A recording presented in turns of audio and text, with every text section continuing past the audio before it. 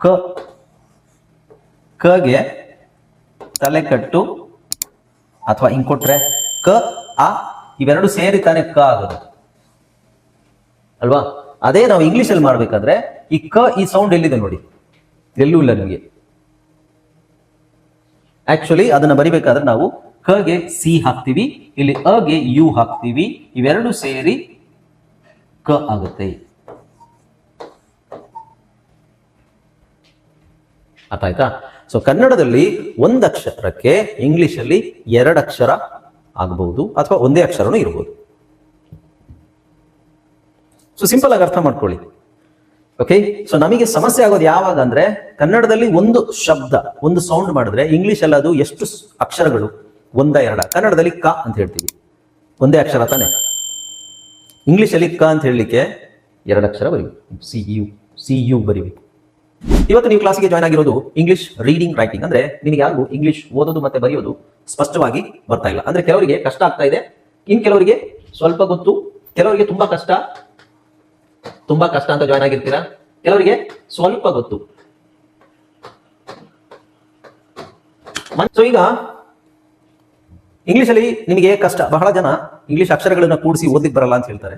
ಹೌದು, ಯಾಕೆಂದ್ರೆ ಅದು ಯಾಕೆ ರೀಸನ್ ಏನು ಅಂತ ಹೇಳಿದ್ರೆ ಕನ್ನಡ ತರ ಇಲ್ಲದೆ ಇರೋದ್ರಿಂದ. ಕನ್ನಡದಲ್ಲಿ ನಾವು ಅಕ್ಷರಮಾಲೆ ಅಂದ್ರೆ ವರ್ಣಮಾಲೆ, ಕಾಗುಣಿತ, ಒತ್ತಕ್ಷರ ಇವಿಷ್ಟು ಇದೆ. ಇಂಗ್ಲಿಷ್ ಅಲ್ಲಿ ಯಾವುದು ಇಲ್ಲ ಅಂತ ನಾವು ಅನ್ಕೊಂಡಿದೀವಿ. ಇವೆಲ್ಲದೂ ಇದಾವೆ, ಆದ್ರೆ 26 ಅಕ್ಷರಗಳಿಂದ ಮಾತ್ರ ಅದಿರೋದು.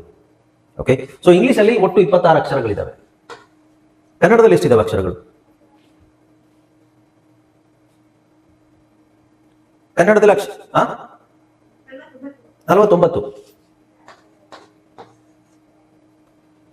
49 ಅಷ್ಟೇನಾ? ಹಾಯ್ ಫ್ರೆಂಡ್ಸ್, ಇದೊಂದು ವಿಶೇಷ ಸೂಚನೆ. ನಮ್ಮಲ್ಲಿ ಇದೀಗ ಆನ್ಲೈನ್ ಸ್ಪೋಕನ್ ಇಂಗ್ಲಿಷ್ ಕೋರ್ಸ್ ನೀವು ಇನ್ಮೇಲೆ ಎಲ್ಲೂ ಹೊರಗಡೆ ಹೋಗಿ ಇಂಗ್ಲಿಷ್ ಮನೆಯಲ್ಲೇ ಕೂತ್ಕೊಂಡು ಮನೆಯಲ್ಲೇ ಏನು ಯಾವುದೇ ಇಂಗ್ಲಿಷ್ ಮಾತಾಡೋದು ಇಂಗ್ಲಿಷ್ ಮಾತಾಡೋದನ್ನ ಸ್ಪೋಕನ್ ಇಂಗ್ಲಿಷ್ ಮಾತ್ರ ಅಲ್ಲ, ನಿಮಗೆ ಇಂಗ್ಲಿಷ್ ಸ್ಪೋಕನ್ ಇಂಗ್ಲಿಷ್ ಮಾತ್ರ ಅಲ್ಲ, ಇಂಗ್ಲಿಷ್ ನ ಓದಲಿಕ್ಕೆ ಬರಲ್ಲ, ಈಗ ಇಂಗ್ಲಿಷ್ ಬರಲ್ಲ ಅಥವಾ ಎಬಿಸಿಡಿ ಮಾಡಬಹುದು. ಸೊ ಎಬಿಸಿಡಿ ಬರಲ್ಲ, ನಾವು ನಿಮಗೆ ಎಬಿಸಿಡಿ ಗೊತ್ತಿಲ್ಲ, ಬೇಸಿಕ್ ಇಂದಾನೆ ಓದಲಿಕ್ಕೆ ಮತ್ತೆ ಬರಲಿಕ್ಕೆ ಕನ್ನಡ ಬರಲ್ಲ ಅಂತ ಅದು ಅಲ್ಲದೆ ನೀವು ಕನ್ನಡ ಬರಲ್ಲ, ಇಂಗ್ಲಿಷ್ ನ ಕನ್ನಡ ಓದೋದು, ಕನ್ನಡ ಇಂಗ್ಲಿಷ್ ನ ಅದರ ಇಂಗ್ಲಿಷ್ ನ ಕನ್ನಡ ಮಾಡಬಹುದು, ಅದರ ಇಂಗ್ಲಿಷ್ ನ ನೀವು ಮಾಡಿದ್ವಿ. ನಾವು ಈ ಕೋರ್ಸ್ ಅಲ್ಲಿ ಚಿಕ್ಕ ಮಕ್ಕಳನ್ನು ಯಾಕೆ ಮಕ್ಕಳನ್ನು ಕೋರ್ಸ್ಗೆ ಬಳಸಬಹುದು, ಬೇರೆ ಯಾವ ಬೇಕಾದರೂ ಕೋರ್ಸ್ಗೆ ಮಾಡಬಹುದು, ನೀವು ಕೆಲಸ ಮಾಡಬಹುದು, ಯಾವುದೋ ರಿಸರ್ಚ್ ಮಾಡಬಹುದು, ಅಥವಾ ಯಾವುದೇ ಬೇಕಾದರೂ ಈ ಕೋರ್ಸ್ ಜಾಯಿನ್ ಆಗಬಹುದು. ಸೊ ಯಾವುದೇ ಬೇಕಾದರೂ ಈ ಕೋರ್ಸ್ ಜಾಯಿನ್ ಆಗಬಹುದು. ಹಾಗಾಗಿ ಸ್ಪೋಕನ್ ಇಂಗ್ಲಿಷ್ ಕೋರ್ಸ್ ಯಾಕೆ ಈ spoken English course English join reading and writing course ಅನ್ನು ಜಾಯಿನ್ ಆಗಲು ನೀವು ತೆಗೆದುಕೊಳ್ಳಿ. ಹಾಗೂ ಈ ಕೂಡಲೇ ತೆಗೆದುಕೊಳ್ಳಿ ನಂಬರ್ಗೆ ಅಥವಾ ಕೆಳಗೆ ಬರುತ್ತಿರುವ ನಂಬರ್ಗೆ ಅಥವಾ ಕೆಳಗೆ ಬರುತ್ತಿರುವ ನಂಬರ್ಗೆ ಅಥವಾ ನೀವು ವಾಟ್ಸ್ಆಪ್ ನಲ್ಲಿ ಮಾಡಬಹುದು ಅಥವಾ ನಿಮ್ಮ ವಾಟ್ಸ್ಆಪ್ ನಲ್ಲಿ ರಿಜಿಸ್ಟರ್ ನಿಮ್ಮ ಹೆಸರನ್ನು ರಿಜಿಸ್ಟರ್ ಮಾಡಿ. ಉದಾಹರಣೆಗೆ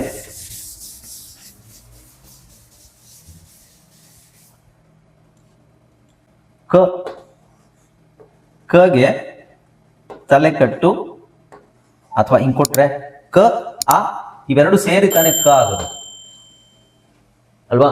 ಅದೇ ನಾವು ಇಂಗ್ಲಿಷ್ ಅಲ್ಲಿ ಮಾಡ್ಬೇಕಾದ್ರೆ ಈ ಕ ಈ ಸೌಂಡ್ ಎಲ್ಲಿದೆ ನೋಡಿ, ಎಲ್ಲೂ ಇಲ್ಲ ನಿಮಗೆ. ಆಕ್ಚುಲಿ ಅದನ್ನ ಬರಿಬೇಕಾದ್ರೆ ನಾವು ಕಗೆ ಸಿ ಹಾಕ್ತಿವಿ, ಇಲ್ಲಿ ಅಗೆ ಯು ಹಾಕ್ತಿವಿ, ಇವೆರಡು ಸೇರಿ ಕ ಆಗುತ್ತೆ. ಅರ್ಥ ಆಯ್ತಾ? ಸೊ ಕನ್ನಡದಲ್ಲಿ ಒಂದು ಅಕ್ಷರಕ್ಕೆ ಇಂಗ್ಲಿಷ್ ಅಲ್ಲಿ ಎರಡು ಅಕ್ಷರ ಆಗಬಹುದು ಅಥವಾ ಒಂದೇ ಅಕ್ಷರನೂ ಇರಬಹುದು. ಸೊ ಸಿಂಪಲ್ ಆಗಿ ಅರ್ಥ ಮಾಡ್ಕೊಳ್ಳಿ.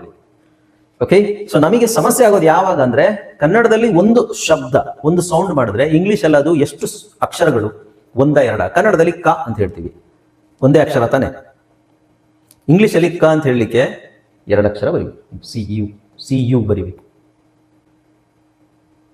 ಕೆ ಎ ಬರಿಬಹುದು, ಕೆ ಇ ಬರಿಬಹುದು, ಬಟ್ ಅದೆಲ್ಲ ಆಮೇಲೆ ನೋಡೋಣ. ಅರ್ಥ ಆಯ್ತಾ? ಈಗ ಬೇಸಿಕ್ಲಿ ಕ್ಯಾಪಿಟಲ್ ಲೆಟರ್ಸ್ ಮತ್ತೆ ಸ್ಮಾಲ್ ಲೆಟರ್ಸ್, ಕ್ಯಾಪಿಟಲ್ ಲೆಟರ್ಸ್ ಮತ್ತೆ ಸ್ಮಾಲ್ ಲೆಟರ್ಸ್ ನಿಮಗೆ ಇನ್ನೂ ಕನ್ಫ್ಯೂಷನ್ ಇದ್ರೆ ನೋಡ್ಕೊಳ್ಳಿ. ಇದು ಕ್ಯಾಪಿಟಲ್ ABCD ಸೇಮ್, ಇದು ಕ್ಯಾಪಿಟಲ್, ಇದು ಸ್ಮಾಲ್ ಲೆಟರ್ಸ್. ಅದು ಎಲ್ಲಿ ಬಳಸ್ತೀವಿ ಅನ್ನೋದು ಆಮೇಲೆ ನೋಡೋಣ. ಈಗ ನೆಕ್ಸ್ಟ್ ಈಗ ನೋಡಿ, ಇವಿಷ್ಟು ದೊಡ್ಡ ಪದಗಳಿದಾವೆ ಇಂಗ್ಲಿಷ್ ಅಲ್ಲಿ, ಇವು ಬಹಳ ದೊಡ್ಡ ಪದಗಳು. ರೈಟ್, ನೋಡಿ ಇಲ್ಲಿ ದೊಡ್ಡ ಇಷ್ಟು 21 ಅಕ್ಷರ ಇದೆ ಇದರಲ್ಲಿ. 21 ಅಕ್ಷರ ಇಷ್ಟು ದೊಡ್ಡ ಪದನ ಓದೋದು ಹೇಗೆ? 1 2 3 4 5 6 ಪದ ಇದೆ. ನೀವು ಈ ಕ್ಲಾಸ್ ಮುಗಿಯೋಷ್ಟರಲ್ಲಿ ಮಂಜು ಯಾಕೆ ಕೈ ಎತ್ತಾ ಇದ್ದೀರಾ? ನೀವು ಕ್ಲಿಕ್ ಮಾಡ್ತಾ ಇದ್ರಿ, ಏನೋ ಕ್ಲಿಕ್ ಮಾಡ್ತಾ ಇದ್ರಿ, ಏನಾದ್ರೂ ಸಮಸ್ಯೆ ಇದೆಯಾ? ಆಡಿಯೋ ಕೇಳಿಸ್ತಿಲ್ವಾ ಅಥವಾ ಏನಾದ್ರೂ ಸಮಸ್ಯೆ ಇದೆಯಾ? ಎಲ್ಲರಿಗೂ ಕೇಳಿಸ್ತಾ ಇದೆ ತಾನೆ ಪಾಠ?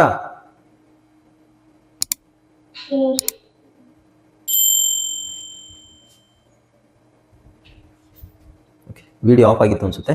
ಓಕೆ, ಸೊ ಈಗ ನಾವು ಸೌಂಡ್ಸ್ ಆಫ್ ಲೆಟರ್ಸ್ ಒಂದು ಇಂಗ್ಲಿಷ್ ಅಲ್ಲಿ ಒಂದು ಪದನ ಓದ್ಬೇಕಾದ್ರೆ ಹೇಗೆ ಓದ್ಬೇಕು, ಬೇಸಿಕ್ ಲೆವೆಲ್ ಅಲ್ಲಿ ಯಾವ ತರ ಓದೋದು. ಇಲ್ಲಿ ನೋಡಿ, ಇದನ್ನ ನಾವು CAB ಅಂತ ಓದ್ತೀವಿ. ಕನ್ನಡದಲ್ಲಿ CAB ಅಂತ ಓದೋದು. ಕನ್ನಡದಲ್ಲಿ ಒಂದು ಪದನ ನಾವು ಓದೋದಾದ್ರೆ ಈಗ ಕ ರ ಣ, ಕರ್ಣ.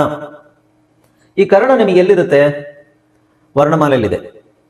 ಕ ಕ ಗ ಗ ಂಗ ಅದರಲ್ಲಿ ಕ ಇದೆ, ಯಾರ ಇದರಲ್ಲಿ ರ ಇದೆ, ಟ ಠ ಡ ಡ ಣ ಇದು ಣ ಇದೆ. ಮೂರನ್ನು ಕೂಡಿಸಿ ಹೋದ್ರಿ ಕರ್ಣ, ಕರ್ಣ. ಅದೇ ತರ ಇಲ್ಲಿ CAB ಏನಾಗ್ಬೇಕು? ಈ ಅಕ್ಷರಗಳನ್ನ, ಮೂರು ಅಕ್ಷರಗಳನ್ನ ಕೂಡಿಸಿದಾಗ ಏನಾಗುತ್ತೆ?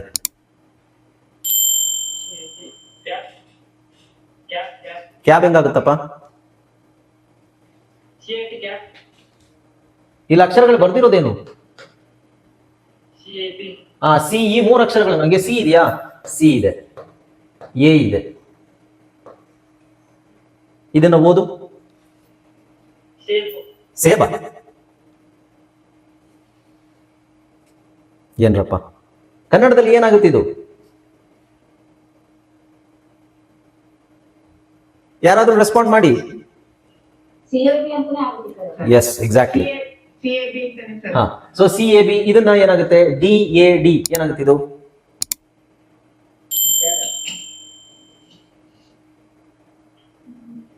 DAD.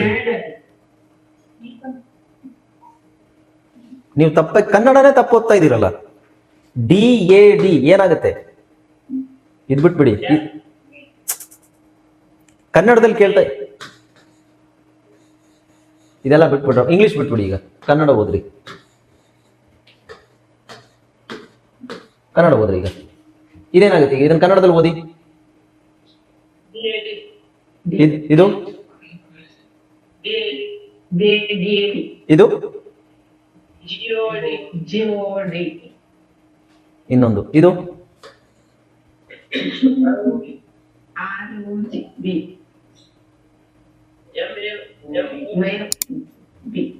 ಓಕೆ. ಮತ್ತೆ ಇದನ್ನ DAD ಡ್ಯಾಡ್ ಅಂತ ಯಾರೋ ಹೇಳಿದ್ರಲ್ಲ, ಅದೇಗೆ?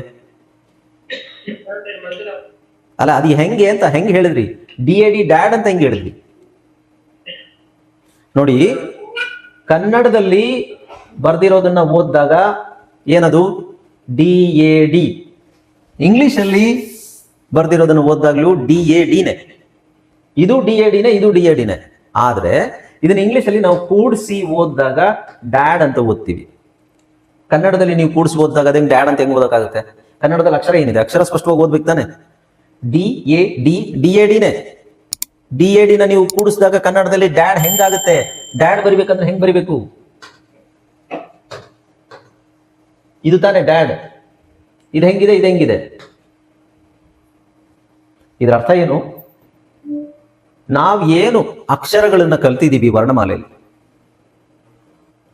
ಓಕೆ, 7:15 ಆಯ್ತಾ? ಒಂದು ಬ್ರೇಕ್ ತಗೊಳ್ಳೋಣ. ಬ್ರೇಕ್ ಆದ್ಮೇಲೆ ಕಂಟಿನ್ಯೂ ಮಾಡೋಣ. ಓಕೆ, ಸೊ ನಾನು ಸ್ವಲ್ಪ ನಿಧಾನಕ್ಕೆ ಸ್ಲೋ ಆಗಿ ನಿಮಗೆ ನೀಟಾಗಿ ಅರ್ಥ ಆಗಲಿ ಅಂತ ಬೇಸಿಕ್ ಇಂದ ಸ್ವಲ್ಪ ಟೈಮ್ ತಗೊಂಡು ಹೇಳ್ತಾ ಇದ್ದೀನಿ. ಕನ್ನಡದ ಮೂಲಕ ಕನ್ನಡಕ್ಕೂ ಇಂಗ್ಲಿಷ್ಗೂ ವ್ಯತ್ಯಾಸ ಏನಿದೆ ಅದನ್ನ ಅರ್ಥ ಮಾಡ್ಕೊಂಡು ನಾವು ಇಂಗ್ಲಿಷ್ನ ಕಲಿತ್ರೆ ಮಾತ್ರ ನಮಗೆ ತಲೆಯಲ್ಲಿ ಕೂತ್ಕೊಳ್ಳೋದು. ಇದು ಎಲ್ರಿಗೂ ಅರ್ಥ ಆಯ್ತಾ?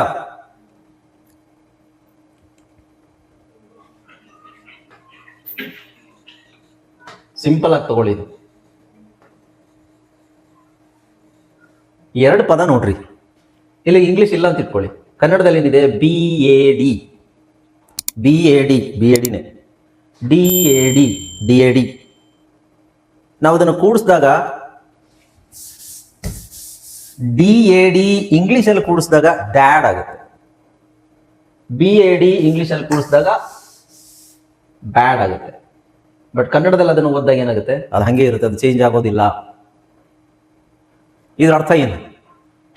ಇದನ್ನ ನಾವು BAD ಅಂತ ಓದ್ತೀವಿ, ಅದೇನದು ಸ್ಪೆಲ್ಲಿಂಗ್ ಅಷ್ಟೇ. ಸ್ಪೆಲ್ಲಿಂಗ್ ಅಂದ್ರೆ ಅಕ್ಷರದ ಹೆಸರು. ಅಕ್ಷರದ ಹೆಸರನ್ನ ನಾವು ಅದು ಹೆಂಗಿದೆ ಹಂಗೆ ಓದ್ತಾ ಇದೀವಿ, BAD. ಬಟ್ BAD ಕೂಡಿಸಿದಾಗ ಬ್ಯಾಡ್ ಆಗೋದು ಹೇಗೆ ಅನ್ನೋದು ನಮಗೆ ಗೊತ್ತಾಗ್ಬೇಕಲ್ವಾ? BAD ಬ್ಯಾಡ್ ಆದ್ರೆ BAD ನೀವು ಹೇಳಿದ್ರೆ ಬ್ಯಾಡ್ ಅಂತ ಹೇಳಿದ್ವಿ. ಓಕೆ, ಸೊ ಬ್ಯಾಡ್ ಆದ್ರೆ ಅದಕ್ಕೆ ಆಗೋದು ಹೇಗೆ ಅನ್ನೋದು ಬೇಕಲ್ವಾ?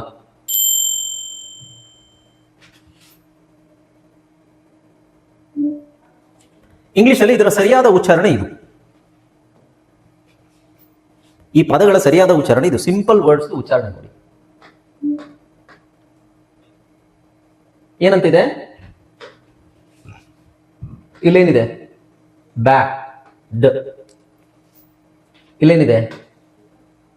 ಈ DA ಸೇರಿದಾಗ ನಿಮಗೆ ಡ್ಯಾಡ್ ಆಗುತ್ತೆ. ಡ, ಗುಡ್. ಆಮೇಲೆ ಇಲ್ಲಿ ಕ್ಯಾಬ್, ಕ್ಯಾಬ್. ಸರಿನೇ. CAB ಅಕ್ಷರ ಸ್ಪೆಲ್ಲಿಂಗ್, ಅದು C spelling, A spelling, B spelling. Spelling ಬೇರೆ, ಪ್ರೊನೌನ್ಸಿಯೇಷನ್ ಬೇರೆ. ಪ್ರೊನೌನ್ಸಿಯೇಷನ್ ಏನು? ಈ ವರ್ಡ್, ಈ ಪದನ ಉಚ್ಚಾರಣೆ ಮಾಡೋದು ಹೇಗೆ? ಕ್ಯಾಬ್. ಇದರ ಸ್ಪೆಲ್ಲಿಂಗ್ ಏನು? CAB. ಕನ್ನಡದಲ್ಲಿ ಸ್ಪೆಲ್ಲಿಂಗ್ ಬೇರೆ, ಉಚ್ಚಾರಣೆ ಬೇರೆ ಇದೆಯಾ? ಇಲ್ಲ. ಸಿಂಪಲ್ ಪದ ಹೇಳಿದ್ನಲ್ಲ ನಾನು, ಅ ಮ ರ, ಅಮರ. ಅಮರ, ಅಮರ. ಅದೇ CAB ಅಲ್ಲ, CAB ಕ್ಯಾಬ್. ಅಮರ, ಅಮರ ಸೇಮ್ ಇದೆ. ಅಕ್ಷರನೂ ಅಮರನೇ ಇದೆ, ಉಚ್ಚಾರಣೆನೂ ಅಮರನೇ ಇದೆ. ಇಲ್ಲಿ CAB ಅಲ್ಲ, CAB ಕ್ಯಾಬ್.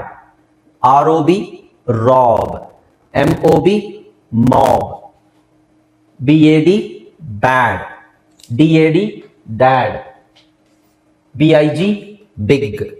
ಇದರ ಅರ್ಥ ಏನು? ಅಕ್ಷರ ABCD ಅಂತ ಏನಿದೆ ಅದು ನಾವು ಕಲ್ತಿರೋದು ಸ್ಪೆಲ್ಲಿಂಗ್ ಹೇಳಕ್ಕಷ್ಟೇನೆ. ಪದವನ್ನ ಕೂಡಿಸಿ ಓದ್ಬೇಕಾದ್ರೆ ಅದಕ್ಕೆ ಬೇರೆನೆ ಮೆಥಡ್ ಇದೆ. ಸೊ ನೋಡೋಣ ಅದನ್ನ ಯಾವುದು ಅಂತ. ಈಗ ಇದರಲ್ಲಿ ನಾನು ಒಂದೊಂದು ಅಕ್ಷರ ಮಾತ್ರ ಫೋಕಸ್ ಮಾಡೋಣ. ಇದರಲ್ಲಿ ಇರುವಂತಹ ಒಂದೊಂದು ಅಕ್ಷರಗಳು. ಓಕೆ, ಸೇಮ್ ಇಲ್ಲಿರೋದು ಏನಿದೆ, CAB ಏನಿದೆ, ಫಸ್ಟ್ ಈ ಲಾಸ್ಟ್ ಅಕ್ಷರ BB, CCC, DDD ಇದನ್ನ ಮಾತ್ರ ನಾನು ತಗೊಂಡಿದ್ದೀನಿ. ಕೊನೆಯಲ್ಲಿ ಬರೋ ಅಕ್ಷರದ ಉಚ್ಚಾರಣೆ ನೋಡಿ. ಸೊ ಇಲ್ಲೇನಿದೆ? CAB ಇದೆ ಅಲ್ವಾ? CAB ಇದೆ, ROB ಇದೆ. ನಾನು ಒಂದೊಂದು ಅಕ್ಷರ ಮಾತ್ರ ತಗೊಂಡಿದ್ದೀನಿ. ಒಂದೊಂದು ಅಕ್ಷರದ ಉಚ್ಚಾರಣೆ ಏನಿದೆ ನೋಡಿ. ಇದು ಅಕ್ಷರ ಏನು? ನಾವು ಹೇಳ್ತಾ ಇದ್ದಿದ್ದು B, ಆದ್ರೆ ಇಲ್ಲೇನಂತಿದೆ? ಬ, ಅರ್ಧ ಅಕ್ಷರ ಇದೆ. ನಾವು ಹೇಳ್ತಾ ಇದ್ದಿದ್ದು B, ಇಲ್ಲೇನಿದೆ? ಅರ್ಧ ಅಕ್ಷರ ಇದೆ ಅಲ್ವಾ? ಹಾಗೆ ಇಲ್ಲಿ ಇದು ಅಕ್ಷರ ಏನು? C, ಇಲ್ಲೇನಿದೆ? C ಅಂತಿದ್ಯಾ? ಈ ಅಕ್ಷರ ಏನು? ನಾವು ಹೇಳ್ತಾ ಇದ್ದಿದ್ದು D, ಇಲ್ಲೇನಿದೆ? ಡ, ಇಲ್ಲೇನಿದೆ? D ಅಂತಿದ್ಯಾ? ಇಲ್ಲ. ಇಲ್ಲೇನಂತಿದೆ? ಡ. ಇಲ್ಲಿ ಏನಂತಿದೆ? ಡ. ಹೌದಾ? ಇಲ್ಲಿ ನಾವು ಇದನ್ನ F ಅಂತ ಹೇಳ್ತಾ ಇದ್ವಿ. A, F. ಇಲ್ಲೇನಿದೆ? A ಇಲ್ವೇ ಇಲ್ಲ, ಬರೀ ಇದು. ಹಾಗೆ ನಾವು ಇದನ್ನ G ಅಂತ ಹೇಳ್ತಿದ್ವಿ, G. ಬಟ್ ಇಲ್ಲೇನಿದೆ? ಗ, ಗ. ಹೌದಾ? ಇಲ್ಲೇನಿದೆ? ಈ ಅಕ್ಷರನ ನಾವು G ಅಂತ ಹೇಳ್ತಿದ್ವಾ? ಬಟ್ ಇಲ್ಲೇನಿದೆ ನೋಡಿದ್ರ?